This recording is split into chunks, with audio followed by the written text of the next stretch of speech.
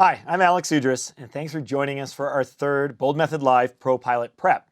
Tonight, we're going to be talking about takeoff minimums and obstacle departure procedures, the kind of questions that you would see on an interview. And we're going to be looking specifically at Jeppesen charts, because if you're interviewing for a professional pilot job, whether it's at an airline or a charter operator, maybe you're flying life flight, chances are you're going to be using Jeppesen plates. And if you're like me, most of your training was done on the FAA charts. We're also going to touch on alternate minimums, so that's a completely larger discussion we'll save for another time, but I'll show you where they are so that you know where to look for them on your interview. Tonight, we've got Colin on the console and the microphone, and we've got Swain Martin on chat. So as I'm going through all this information, if you have any questions or you want me to go into more detail, throw it out into the chat. Swain will forward it over to Colin, and we'll get it up on the screen, and that way we can keep this as interactive as possible. So to kind of roadmap what we're going to talk about today, I'm going to start by explaining who actually has to follow takeoff minimums and obstacle departure procedures. So even if you're not getting ready for an interview or you're going to fly Part 91 private carriage, you'll understand what parts of this legally apply to you. Then we're going to talk about departure procedures and how they're certified, because there's quite a few different options that a procedures designer has, and we want to make sure that you understand each one of those so you know where to find them and what they mean. And then finally, we're going to be going through some different Jeppesen charts so that you can see how they're actually shown and depicted, and you understand how you'd fly them. As I said, by the end, in an interview, if an interviewer asks you any questions about what your takeoff minimums are for an airport or whether an obstacle departure procedure is required, you know where to look, and you should be able to answer the questions. So let's get started.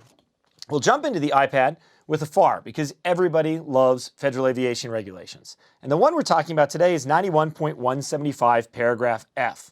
So if you take a look at that, I'll highlight as we move along here. We're looking at civil airport takeoff minimums right here. This paragraph applies to persons operating an aircraft under Part 121, Part 125, Part 129, and Part 135 of this chapter. Okay, so here we are in Part 91, but it's already telling you, yeah, this really doesn't just apply to Part 91. It actually applies to 121, 125, 129, or 135. Well, 121 is a certified airline, okay, your typical regional or major airline. 135 we know is air taxi or charter. 125 is a part that most people haven't heard of. It covers non-common carriage, so non-airline operations, in aircraft that have 20 or more passenger seats, or 6,000 pounds of payload capacity or more. That's not 6,000 pounds maximum gross weight, it's 6,000 pounds payload capacity or more.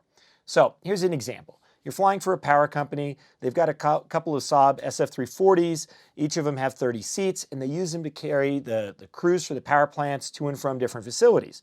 It's Part 91 private carriage. So do you have to follow civil airport takeoff minimums? Well, you do in this case, because the aircraft has a seating capacity of 20 or more. So you have to follow civil aircraft takeoff minimums. So does this apply to your basic Part 91 operation? So for example, when Colin and I go flying in the Sierras. And it doesn't. This is kind of confusing because it's defined under Part 91. But civil airport takeoff minimums and obstacle departure procedures are optional for pure Part 91 flights, unless you're flying a SID that requires specific takeoff minimums. We'll take a look at that in a second. Okay, so back to the reg. If you look at that, it'll tell you the standard minimums. Well, first of all, it says if takeoff minimums are not prescribed under Part 97 of this chapter for a particular airport, if they haven't come up with custom minimums, the following weather minimums apply for takeoff under IFR. We call these our standard takeoff minimums. For aircraft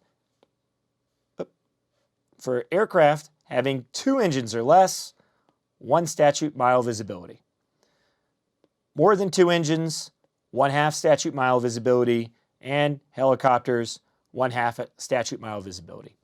And then it follows up and it says, except as provided in paragraph F4 of this section, no pilot may take off under IFR from a civil airport having a published obstacle departure procedure, ODP, under Part 97 of this chapter for the takeoff runway to be used, unless the pilot uses such ODPs or an alternative procedure or route assigned by air traffic control. Okay, so if you're operating under 135, 121, 129 or 125 or 129, you're going to have to follow any takeoff minimums published for the airport. And if the airport has an obstacle departure procedure, you need to fly the ODP. If you don't decide to fly the ODP, you have to fly a different departure assigned, so a SID or an ATC radar departure procedure if one is available. And that's more common. As a commercial operator, typically you're operating into and out of airports that if they do have obstacles, they've got enough traffic that they've defined a SID, which usually flows a little better, keeps people moving faster. But if you're flying light flight, if you're flying cargo operations, UPS operations, Empire into and out of small airports, ODPs are definitely a fact of life. And if you're flying Part 91, private carriage, even though they're not required, you're going to see them all the time. And even though Colin and I don't have to fly ODPs and takeoff minimums, it really doesn't make much sense. When carriers with more experience, typically in more powerful aircraft, have to follow these procedures, we usually end up following them as well. Okay, so where would you find these takeoff minimums? We'll jump over to ForeFlight, and I've got Albuquerque open here. And I'm going to show you what we call the 10.9a page. We'll start with the 10.9 actually. So in the Jeppesen world, you can see here, this is your 10.9 page. It's your basic airport information page. It's going to have all the information about taxiways, runways, basic runway lengths, landing distances, and then takeoff minimums, obstacle departure procedures, and alternate minimums. In this case, Albuquerque split it between two different pages. So you can see this right here is the 10.9 page. It's got your hotspots and your runways. And if we switch, now you can see on the 10.9a page, this is going to have your runway distance information. You could see the takeoff obstacle departure procedure information, or sorry, takeoff minimums right there. And then below that, right here, this is your obstacle departure procedure information.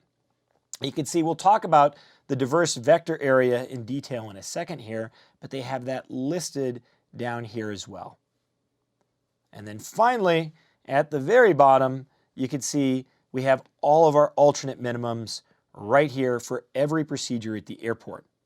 So that's one of the big advantages of Jeppesen charts. All of your information is either on one page or, for a larger airport, split between two pages. But you can figure out all your requirements very, very quickly.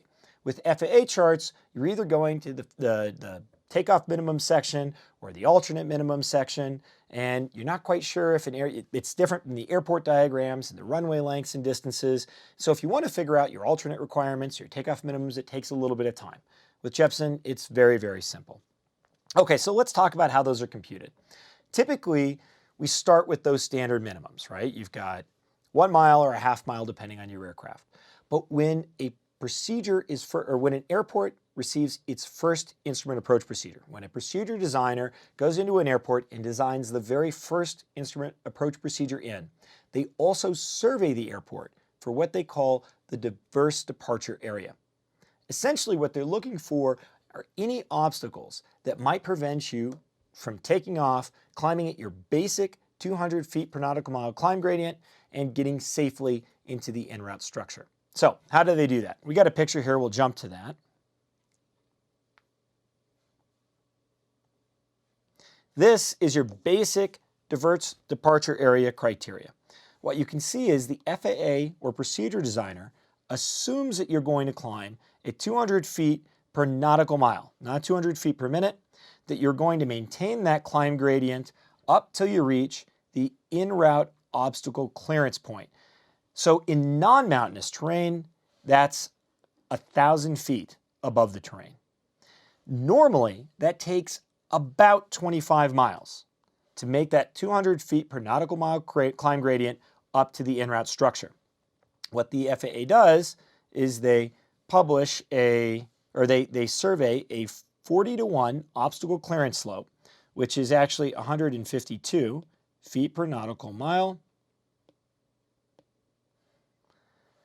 And as long as all of your obstacles stay below that plane, takeoff minimums remain as standard, and they don't publish a departure procedure. But if something pops up, now the procedure designer has a few options.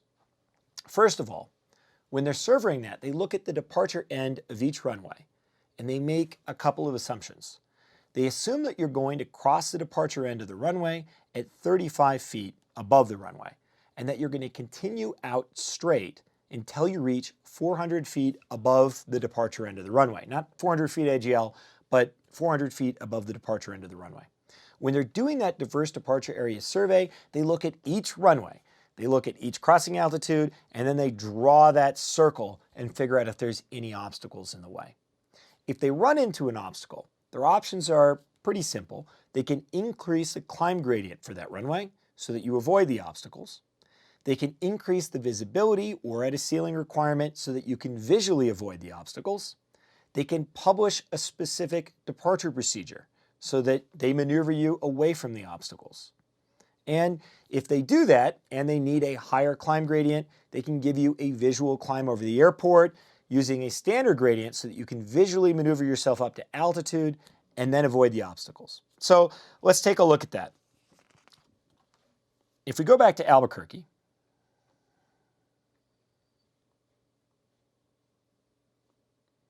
they've got a couple things here.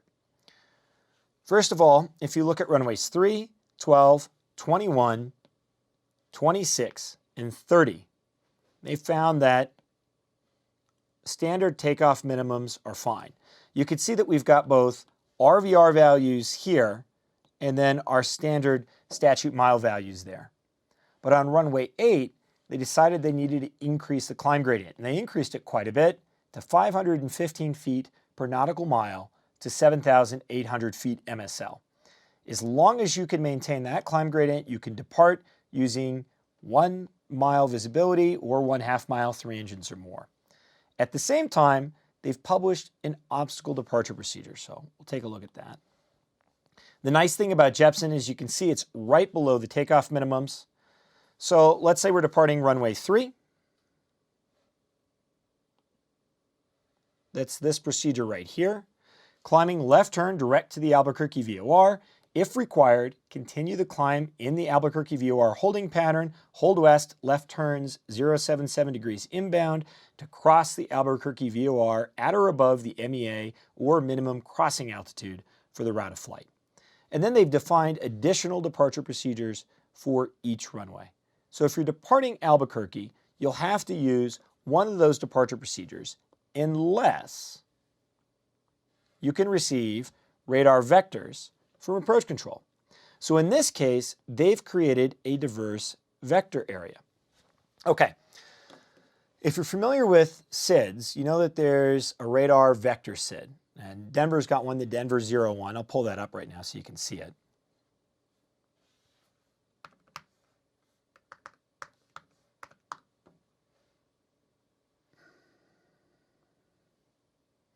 This right here is a radar departure procedure. Essentially, ATC will vector you, and if you take a look at, we'll look at Rocky Mountain Metro's instructions. For 30 left and right, it's a climbing, I'll highlight it for you. It's a climbing right turn to the assigned altitude and heading between 350 degrees clockwise to 113 degrees from the departure end of the runway, radar vectors to assigned route. This is an actual departure procedure that you can be cleared or you could file and fly. But when we go back to Albuquerque,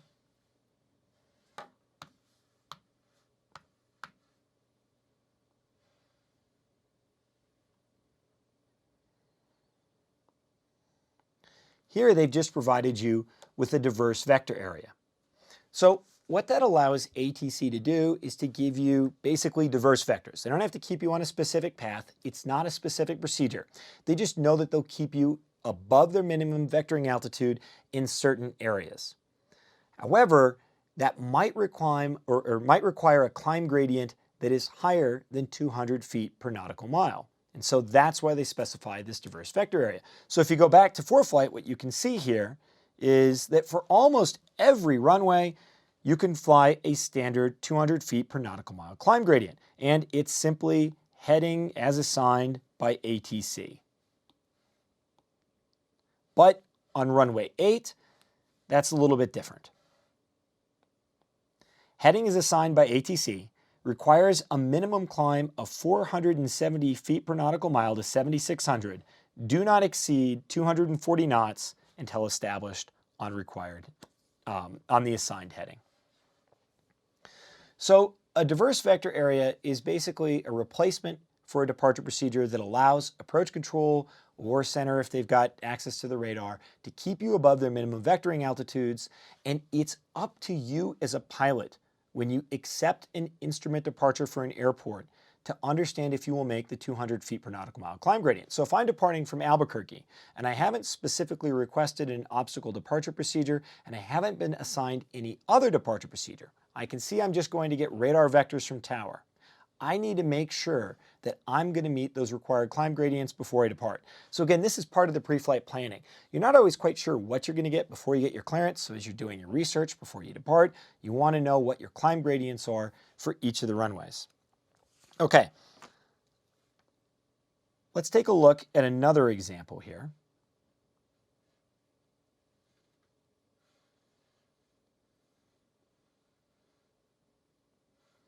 This is another smaller airport that's used by commercial operators. And if we look at Santa Fe,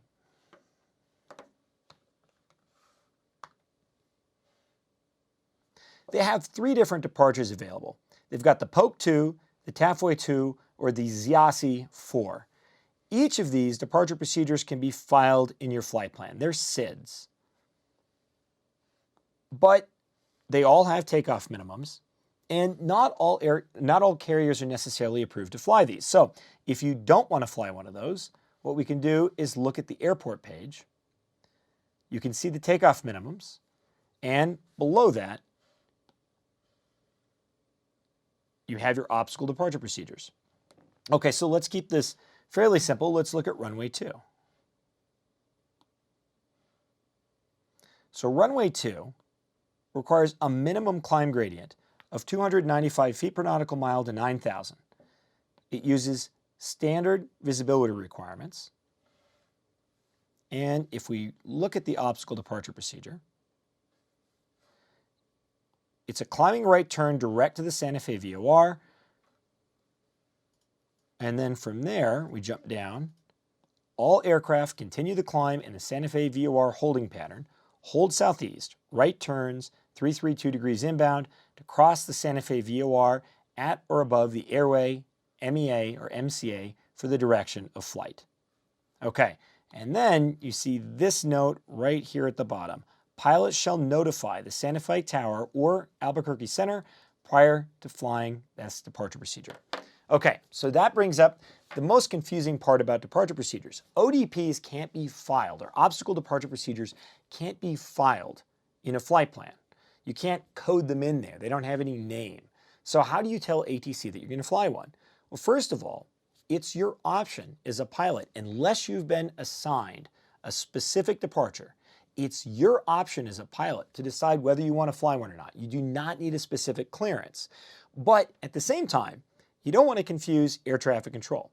Not every departure procedure says tell tower or center before flying, but you should always let a departure or center or tower, whoever you're calling for clearance, you should let them know if you plan on flying an ODP. So for example, if I'm picking up my clearance from Santa Fe, when I call Santa Fe clearance, the first thing I'll say, if I don't want to fly one of the traditional SID departure procedures, I'll say Santa Fe clearance, Cirrus 216 Bravo Delta, looking for IFR to Rocky Mountain Metro, we'd like to fly the textual obstacle departure procedure on departure.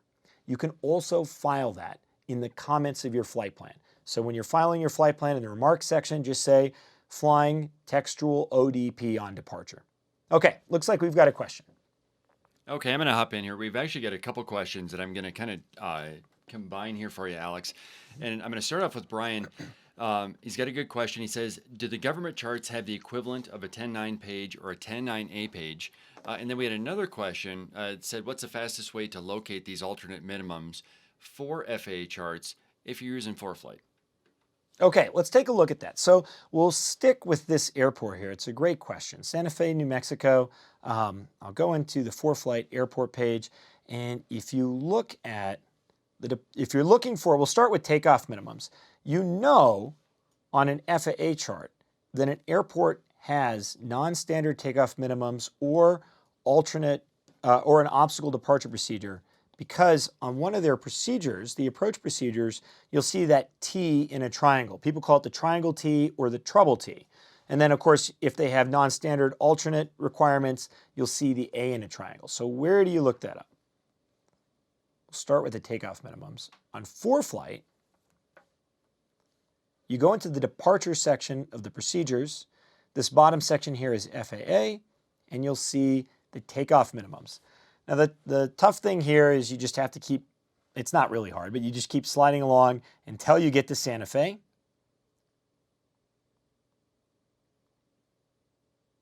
There you go. And let's take a look at it here. Takeoff minimums and obstacle departure procedures. I'll expand that all the way out.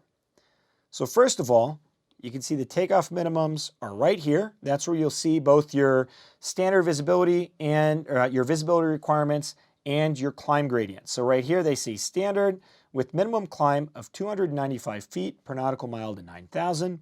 Runway 28 standard with minimum climb of 280 feet per nautical mile to 7,800. And then your departure procedures appear right below that. So right here. Runway 2, 10 and 3-3, climbing right turn direct to the Santa Fe VOR TAC, thence. Then you would follow down to this. Continue the climb in the Santa Fe VORTAC holding pattern, southeast right turns 332 inbound to cross Santa Fe VORTAC at or above the airway MEA or MCA, minimum en route altitude or minimum crossing altitude for the direction of flight. And then again, it says pilots should notify SAF or Santa Fe Air Traffic Control Tower or Albuquerque Air Route Traffic Control Center if tower is closed prior to flying this departure procedure. Okay, at the bottom we've got takeoff obstacle notes. We'll talk about those in a second. You can see those are listed there. And if we jump over to Jeppesen, I'll show you where those are as well.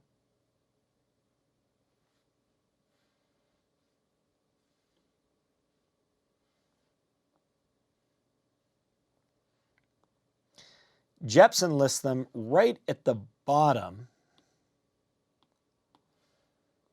of the obstacle departure procedure. So you can see right here, takeoff obstacle notes. Right there. Okay, so what are the listed obstacles? They give you 1,000 of them, and they're really kind of hard to figure out what to do with. But it all comes down to how they survey that takeoff or that diverse departure area. So if we go back to that picture and you look at, let me clear this quickly.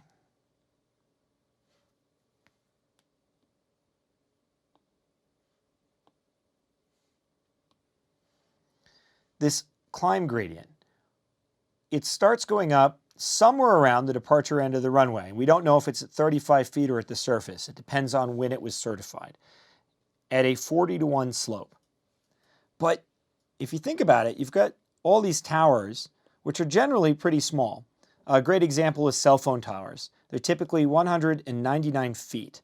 And the reason they're 199 feet, cell phone towers, is because as long as they stay below 200 feet, they don't have to be reported into the obstacle database.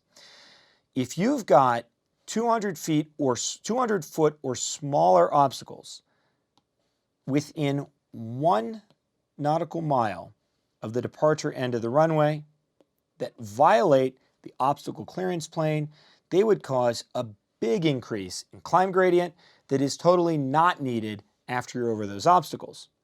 So what the FAA does, it says if you have what they call low close-in obstacles, obstacles that are below 200 feet and within 1 nautical mile of the departure end of the runway, they won't increase takeoff minimums, publish an obstacle departure procedure, or increase your climb gradient.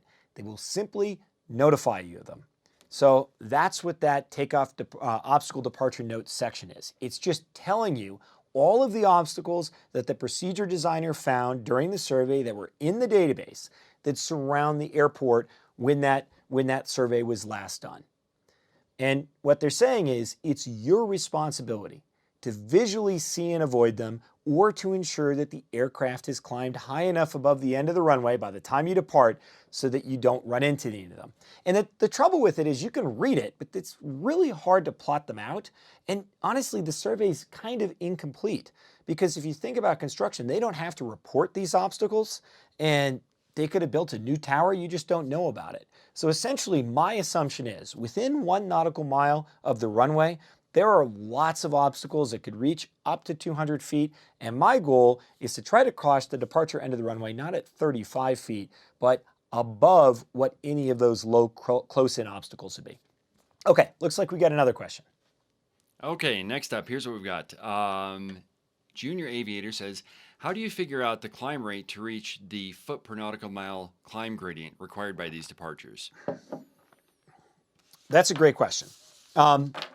So on a couple things, let me show you on an interview. If you're going for an airline interview, there's a really easy way to do it, and a lot of people can forget about it.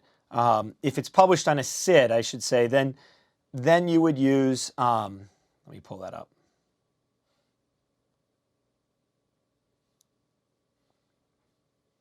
Give me 1 second. Okay, if you're using a standard instrument departure on a Jeppesen chart, they will typically show you your climb gradient if it's above standard, and then at various ground speeds, what your required rate of climb would be. Okay, you can also simply do this using your ground speed. And an easy way to figure this out, let me jump into a scratch pad, and let's take 220 feet per nautical mile.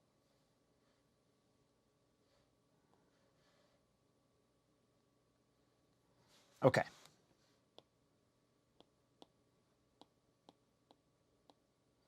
And let's take a typical, maybe initial departure speed for a larger aircraft of 120 knots. Okay. What we want to do is figure out how many nautical miles we're moving in 1 minute. So if we look at 120 knots, that's 120 nautical miles per hour. And what we want to do is divide that by 60. That will tell us how many miles we're moving a minute. So at 120 knots, we're moving 2 nautical miles per minute. Sorry, let me.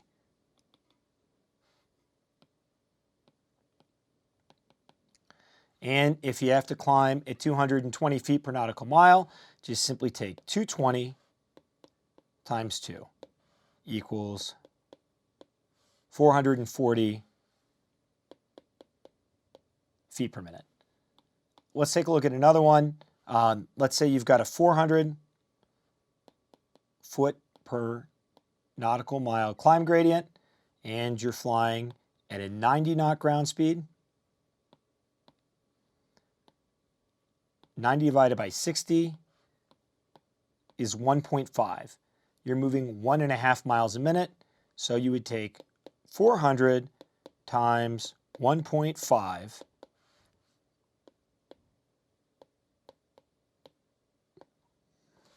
right there. And one last way to look at this, if you look at your speeds, 60 knot ground speed is 1 mile a minute. 90 knot ground speed is 1.5. 120 is 2, and you can go up from there. 240 is 4. When you're estimating this, you can use a flight computer to figure it out accurately as well. But when you're estimating this, use a faster ground speed than they're actually at. So if you're like, I'm going like, I think my climb speed's 77, should I use 60 or 90? I would ballpark it at 90. That way you're always safe on your climb rate, and you've estimated a climb rate that's a little bit faster than you would normally need. Okay, so let's take a look at another report here. We talked about the obstacle departure procedures, and we've talked about those climb gradients. We've talked about how to calculate them, but what happens if you can't make the required climb gradient? Okay, so a good example of that is out at Page, Arizona. And we'll pop that one up.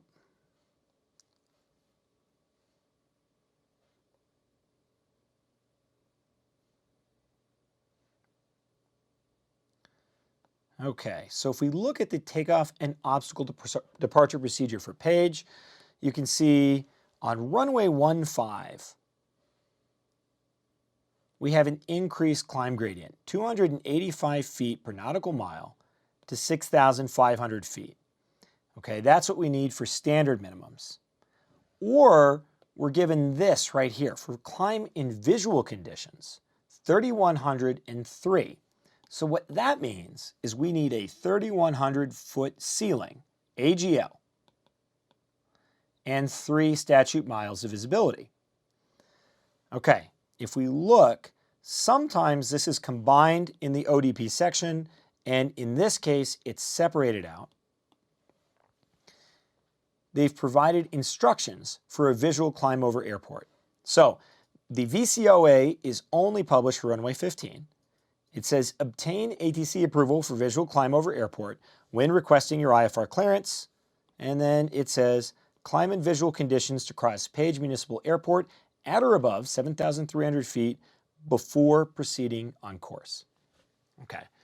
So people look at that and they go, okay, is that a shortcut from the obstacle departure procedure so they don't have to fly the full procedure? No, it's a way for the procedure designer to allow an aircraft to depart that may not meet the increased climb requirements for that runway. And there's a few criteria that the area has to meet before they can publish a visual climb over the airport.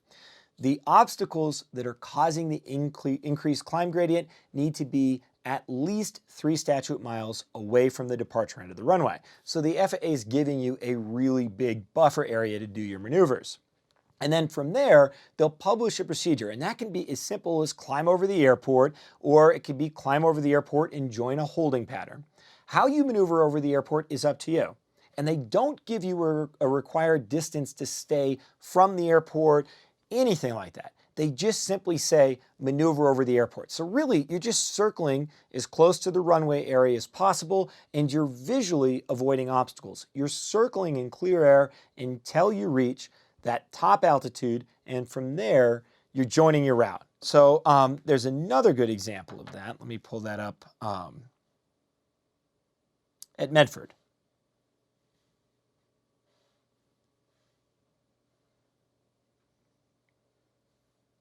Okay, this is Medford Rogue Valley International. It's in Southern Oregon, and it's kind of in a mountain bowl. And if you look at both runways, they have increased climb gradients. Now, runway 32 is not really increased very much. It's only 260 feet per nautical mile, but runway 14 is 435 feet per nautical mile. So that's a pretty significant climb gradient. And if you had to use runway 14 due to winds and you can't make that climb gradient, you do have the climb in visual conditions option. Okay, so in this case, you'll notice the VCOA appears with the obstacle departure procedure. So it starts right here. When executing the VCOA, or the visual climb over airport, notify ATC prior to departure.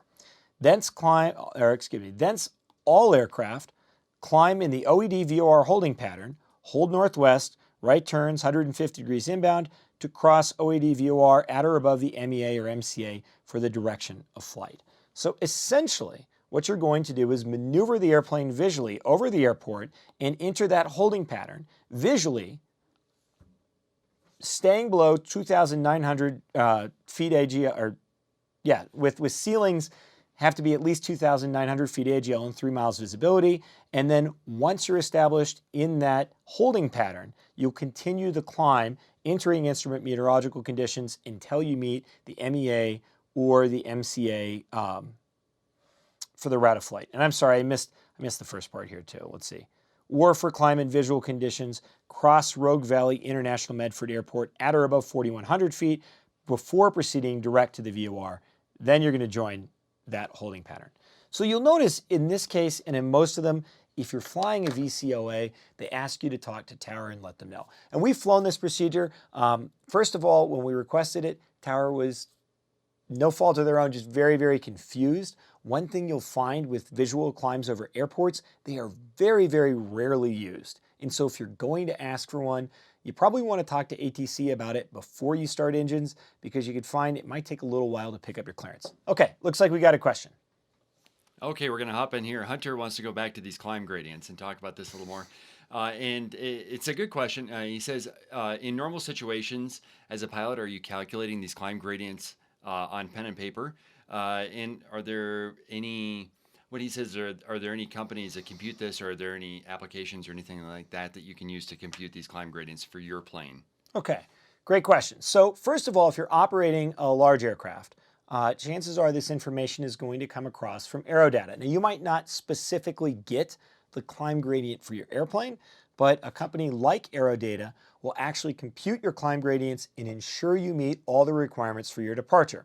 So I don't know if you heard a few days ago, there were a whole bunch of airlines were grounded temporarily, and they were having a hard time getting airplanes out due to computer malfunction. That was one of the performance providers that had an outage and couldn't get performance data to an airplane or to their operators. So that's pretty common, not the outage, but using a third-party company to ship performance data to large aircraft. If you're flying a jet at a regional or a mainline, chances are all your performance data is coming off-site. So it's coming from a company like Aerodata, and oftentimes it goes straight into the flight management system and you go from there.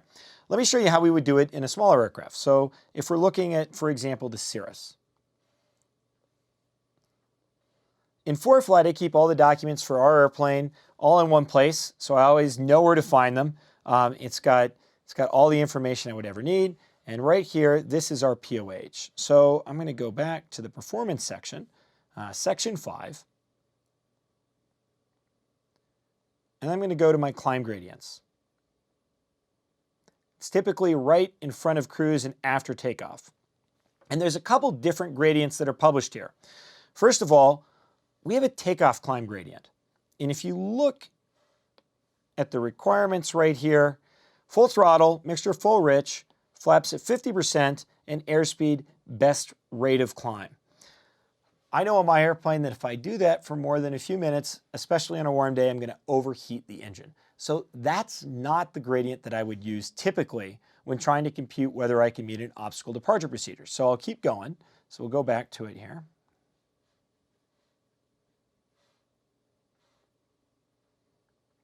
And now we have our Inroute climb gradient. Okay, so what are the conditions here? Full throttle still, mixture in the green arc, flap 0, airspeed 120 knots. And if we look at that information, what you can see is that they've given me a table to interpolate between essentially the minimum weight you'd ever have a Cirrus at and our maximum gross weight. And so I don't get horribly accurate on this. I always take a worst case scenario. I figure the airplane's probably not going to perform as well as it's calculated, though it usually does. And so I really just kind of take a worst case scenario. Let's say I know that my field elevation is close to sea level and my pressure altitude is a little bit below standard. I'm just going to go with the 2,000 foot layer, and you can see this information right here. I'll zoom in and we'll work it through.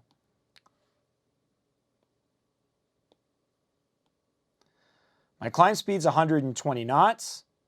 My temperatures here are in degrees Celsius. So if the temperature was, let's say it was 8, I'm going to use the 20 section, okay? And it says that my airplane should climb at 524 feet per nautical mile at maximum gross weight. And that's at 2,000 feet pressure altitude. If I'm significantly below that, I can interpolate the chart, and you can get performance software that will figure that out for your airplane. Or what we typically did is we would have an Excel spreadsheet that would go through and do the computations for us, so we didn't have to do the math interpolation as we're ready to depart. But honestly, these days, I typically look at the worst case scenario. First of all, 20 degrees is fairly warm. Maximum gross weight is fairly heavy, and there aren't many climb gradients that are greater than 524 feet per nautical mile. So I know that'll work for us. The other thing is I don't really want to be too close to that number. I don't want to be climbing right at the 200 foot per nautical mile gradient. So as I said, I always kind of look at a worst case scenario. Okay, we got another question.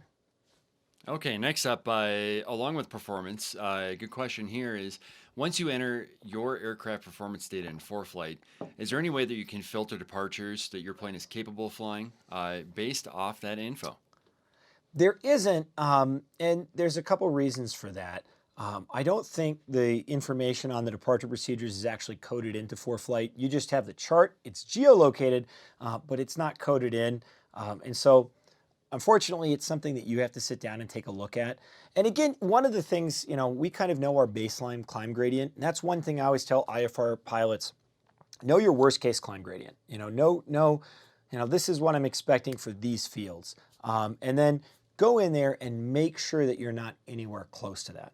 It is a manual computation. With an airline or a commercial operator, if you've got someone providing data to you, it's a lot easier.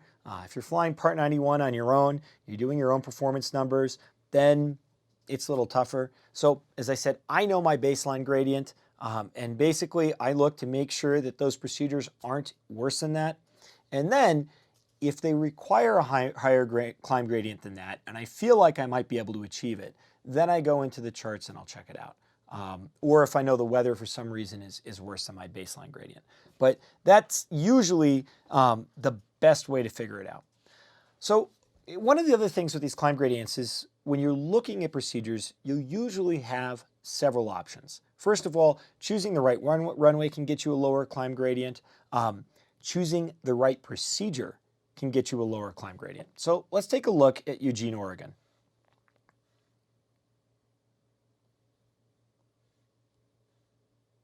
Actually, I'll go into the airports page. So if we take a look at the airport, what we can see is that it does have a published departure procedure, the Eugene 1 departure. And if I look at that, pull it up here, it's a really simple departure procedure. But if you look at the notes, this departure procedure does require takeoff minimums. For runway 16 left and right, you need a 335 foot per nautical climb. And for runway 34 left and right, you need a 380 foot per nautical climb. Okay, Part 91, if I fly a departure procedure, not an obstacle departure procedure, but a published SID, I am required to meet both the climb gradient and any takeoff or visibility minimums because they are certified as a part of that procedure. Under Part 91, we're not required to use any procedures when we depart, but if we do choose to use a SID, then you have to follow it. So that's what it comes down to. So I'm looking at this and it says I need 335 or 380, and maybe I'm flying an aircraft that's not going to make that climb gradient. So I'm going, okay, it's IFR out. What do I do? So the next thing that you should do is take a look at the ODP page. So if we go to the ODP page and we go to the airport, you'll notice for 16 left and 34 right, there are no increased climb gradients. And the obstacle departure procedure simply says, climb heading, I'll highlight it here, you can see it right down here, climb heading 164 to 1,200 feet, MSL, then a climbing right turn. Okay, we'll continue that down to the final instruction, which is all aircraft climb direct to the Eugene VOR, then climb and hold in the Eugene VOR holding pattern, hold north, right-hand turns, 180 degrees inbound to cross the Eugene VOR at or above the MEA before proceeding on course.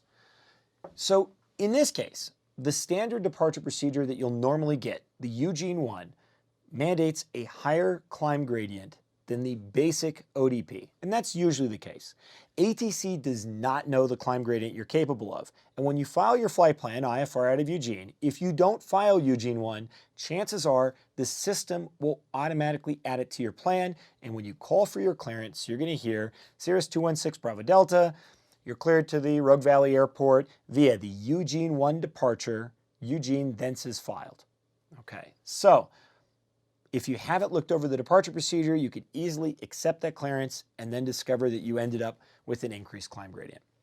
So that's why it pays when you're looking at an airport. Even though you may have filed a specific procedure, know what procedures you can accept and know what procedures that you shouldn't. In this case, if you find that a SID typically requires a higher climb gradient, you can take a look at the obstacle departure procedure, and oftentimes that one will be lower, or you'll have a visual climb over airport.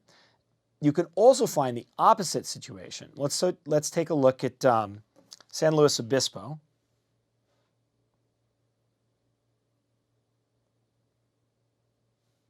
Okay, this is in California, just south of Monterey. And if we look at the departure procedures here, there we go. You can see that runway 11 requires 243 feet per nautical mile to 2100, or a visual climb over airport. Runway 29 requires 460 feet per nautical mile to 2000 feet, or a visual climb over airport. And runway 7 and 25, IFR departures are not authorized. Okay, so in this case, the obstacle departure procedure requires on runway 11, 243 feet per nautical mile, on runway 29, 460. But if we go to the airport,